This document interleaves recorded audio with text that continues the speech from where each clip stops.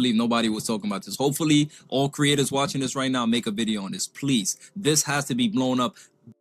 I'm on it. By yesterday. I called her a complete pain in the ass diva. I did.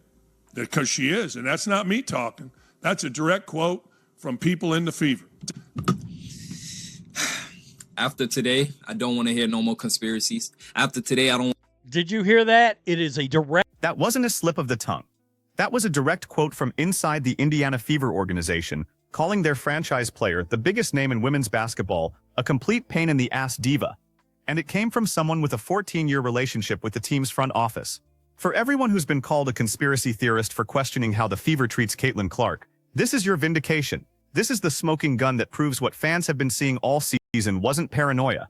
It was pattern recognition. Now between Jason Whitlock and Dan Dockage. There's no secret that Dan Dockage and Lynn Dunn and Stephanie White all have this relationship. Now, it's been a little surprising. He called Caitlin Clark a jackass in the last week and has kind of been on a tear of Caitlin Clark, a very critical tear. And I'm sitting back going, well, Dan Dockage, are you working for CNN or are you working for Outkick? Because you sound a lot like, you know, a Kerry champion right now. Dan Dakich isn't some random podcaster throwing out hot takes for clicks. He's a former college coach turned sports radio host who's been connected to the Indiana Fever organization since 2013. He's had general manager Lynn Dunn on his show multiple times. He's interviewed Stephanie White repeatedly over the years, calling her the smartest basketball mind he's ever talked to. These aren't casual acquaintances. These are relationships built over more than a decade of regular contact and mutual promotion.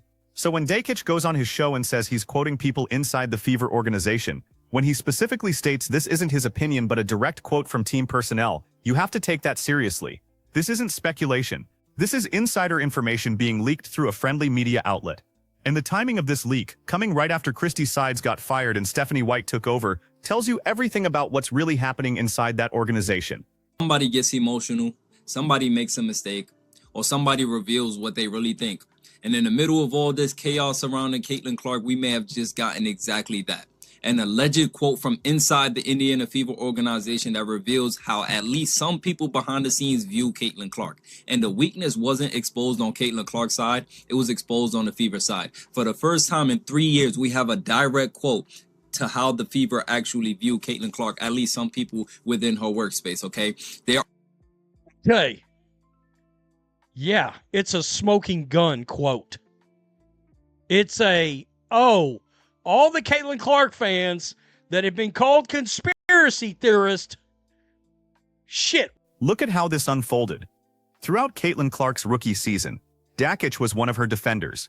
He called out the players who were physically targeting her. He criticized the league for not protecting its biggest star. He pushed back against the narrative that she was getting special treatment. For months, he positioned himself as someone who understood what Clark meant for the WNBA and wasn't afraid to say it.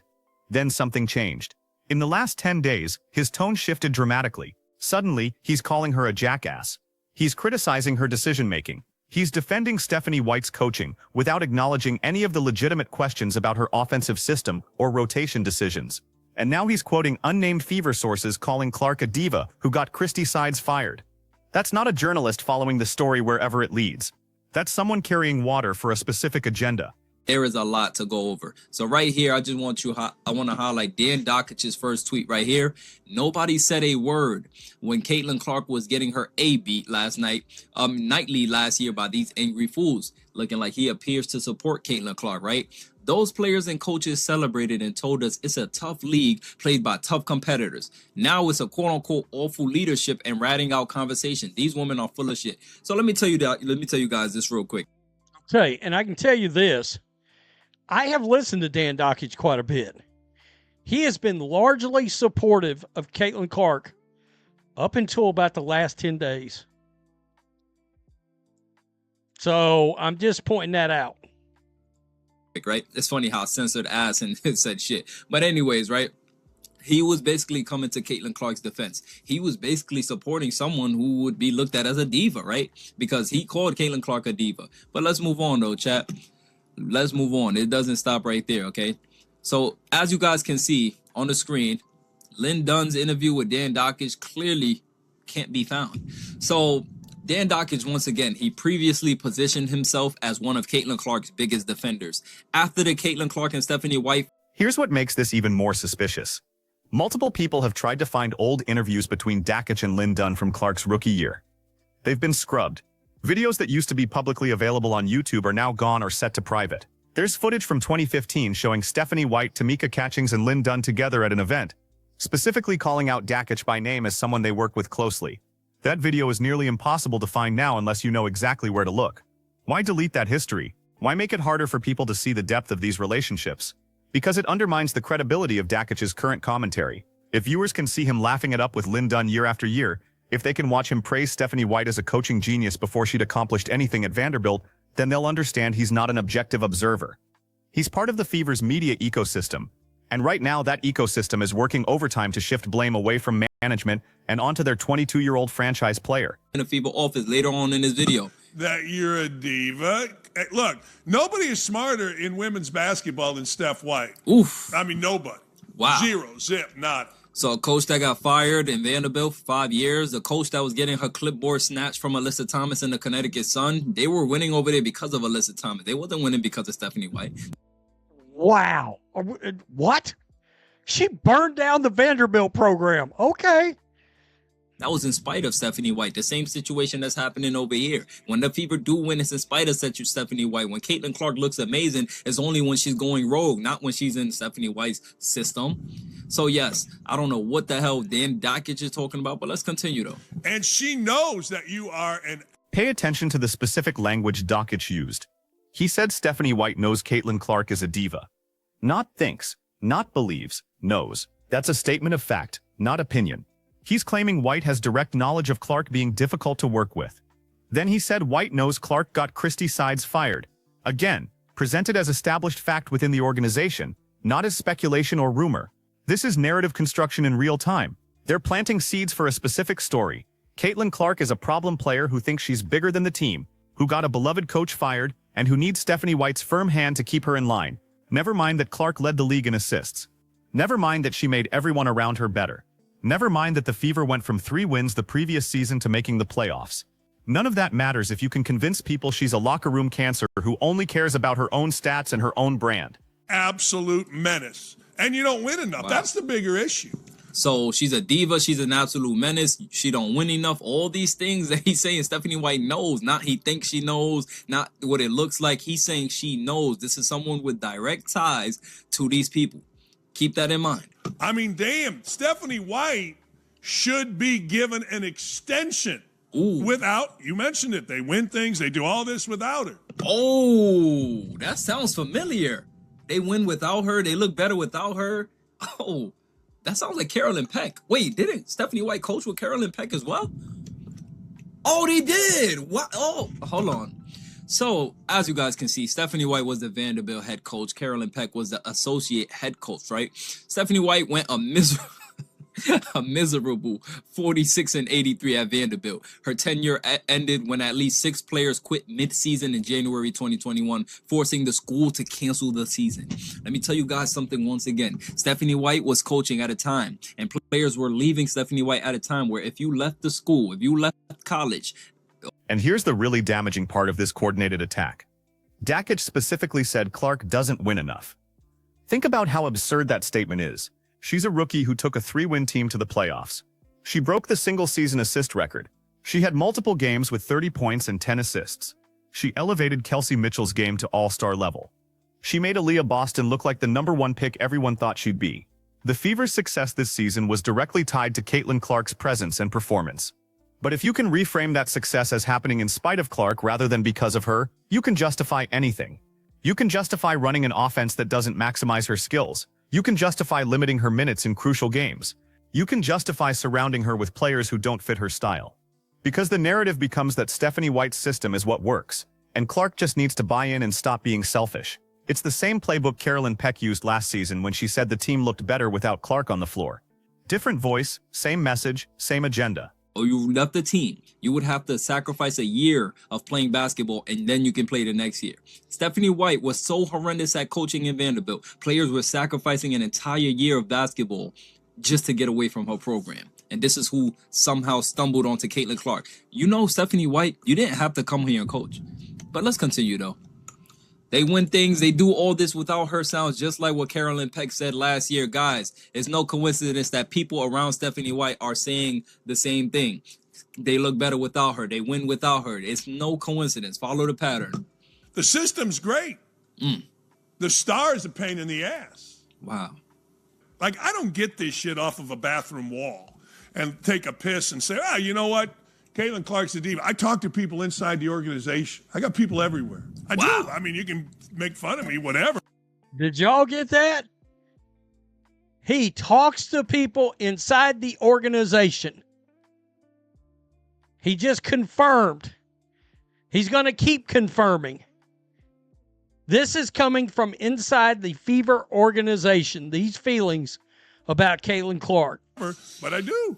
Wow. So he's basically telling you. So wait, hold on. Shut up. He's basically. Look at the pattern of behavior from this front office. They hired Christy Sides, a coach with no head coaching experience, to manage the biggest rookie in WNBA history. They surrounded Clark with a roster that didn't complement her strengths. They let opposing players physically abuse her for months without any real consequences. They allowed their own assistant general manager, Lynn Dunn, to go on social media and like posts criticizing Clark's fans. They brought in Stephanie White, who has a history of player conflicts, and burned down the Vanderbilt program so badly that 6 players quit mid-season and the school had to cancel the rest of their schedule. At every decision point, the Fever chose the option that made Caitlin Clark's job harder. And now we have confirmation through Dockage that people inside that organization view her as a diva and a problem. This isn't incompetence. This is a front office that resents having their franchise saved by a player they didn't develop, didn't scout, and don't particularly like. They want credit for the turnaround, and the only way to get that credit is to diminish Clark's role in making it happen. Basically saying, oh, don't just think I'm saying these things to say it. Like, I have direct communication. He's overly, time after time, saying, I have ties with. Okay, so who is it? Is it Lynn Dunn or is it Stephanie White? Or is it a combination of two? I would guess it's Lynn Dunn.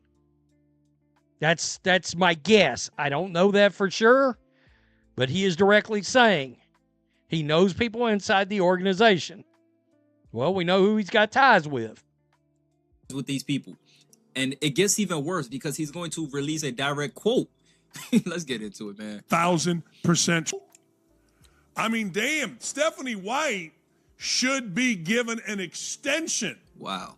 Because her system is so good that when people actually buy into it, don't take bad shots, don't act like divas. Don't take bad shots, don't act like divas. Caitlin, it sounds like shot after shot after shot, Kate. Hey, C22, it sounds like shot after shot. Don't take bad shots. Don't act like a diva.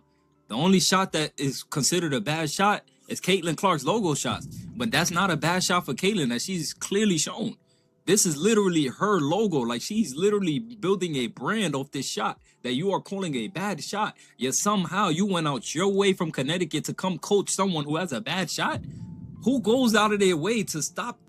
By the way, the circumstances of her leaving Connecticut, remember how shady that is? Oh, I got personal issues, blah, blah, blah. I'm stepping down. Next thing you know, she's the Fever head coach. What? Like, I don't want to say, people defend Stephanie White as if she was here when Caitlin got here. She went out her way and chose to coach Caitlin Clark. She went out her way and knew the influence, the spotlight that this job came with. And now we're supposed to feel sympathy for her? Now we're supposed to say, yes, Stephanie White changed Caitlin Clark? Absolutely not. Absolutely not. This is crazy. The team is really good.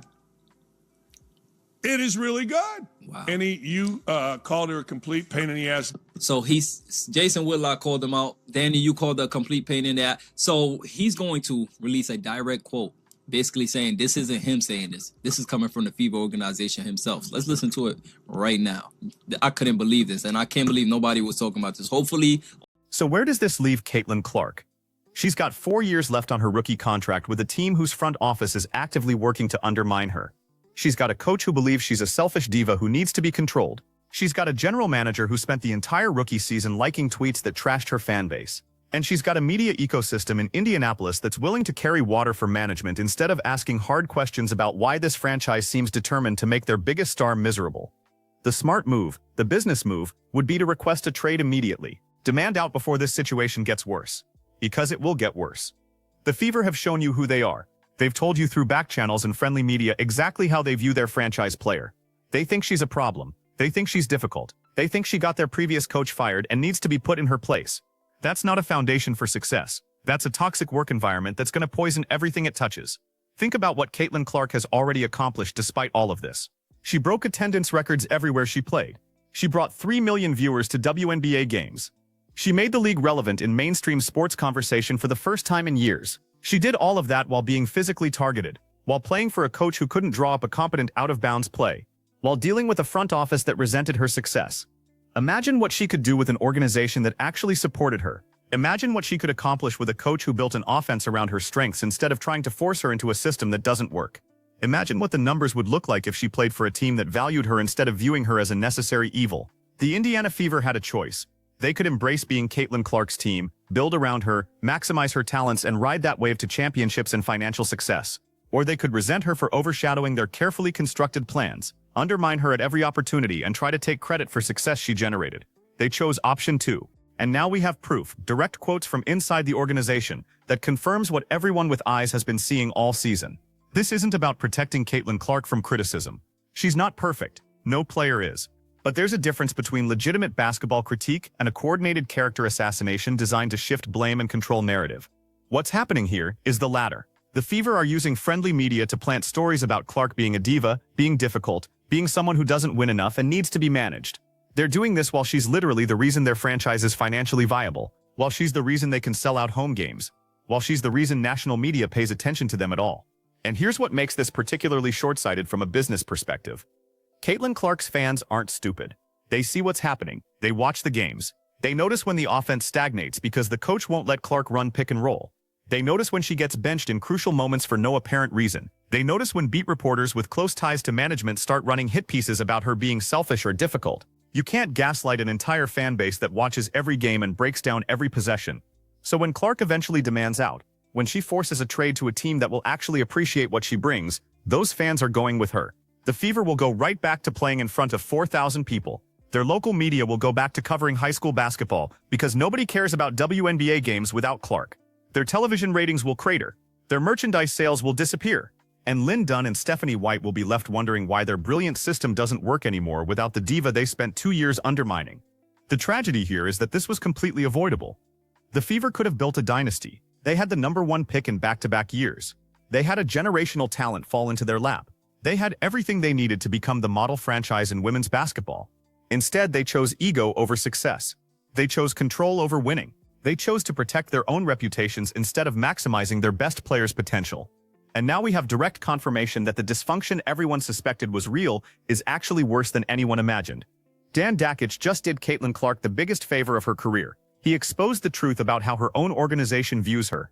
He gave her all the ammunition she needs to force her way out. He handed her agents a smoking gun that proves the Fever aren't acting in good faith. Because no player should have to succeed despite their own front office. No player should have to deal with management that views them as a problem instead of a solution. And no player should have to read quotes from inside their own organization calling them a diva while they're out there breaking records and selling out arenas. So the question for Caitlin Clark becomes simple. How much is loyalty worth? How much abuse are you willing to take from people who should be supporting you? How many more years are you willing to waste with a franchise that doesn't appreciate what you've done for them? Because make no mistake, every year you stay in Indiana is a year you're not winning championships. It's a year you're fighting against your own coaching staff instead of focusing on basketball. It's a year you're dealing with media hit pieces planted by your own front office instead of building your brand and your legacy. The Fever made their choice. They chose Lynn Dunn over Caitlin Clark. They chose Stephanie White over their franchise player. They chose comfortable mediocrity over uncomfortable greatness. Now it's Clark's turn to choose. And if she has any sense, if her agents have any leverage, if her representation understands the business side of professional sports, she'll choose herself. She'll choose winning. She'll choose an organization that wants her there instead of one that resents her success. Let me know in the comments if you think Caitlin Clark should demand a trade, or if you think she should give Stephanie White and this front office a chance to prove they can change. Because based on everything we just heard, I don't see how this relationship survives.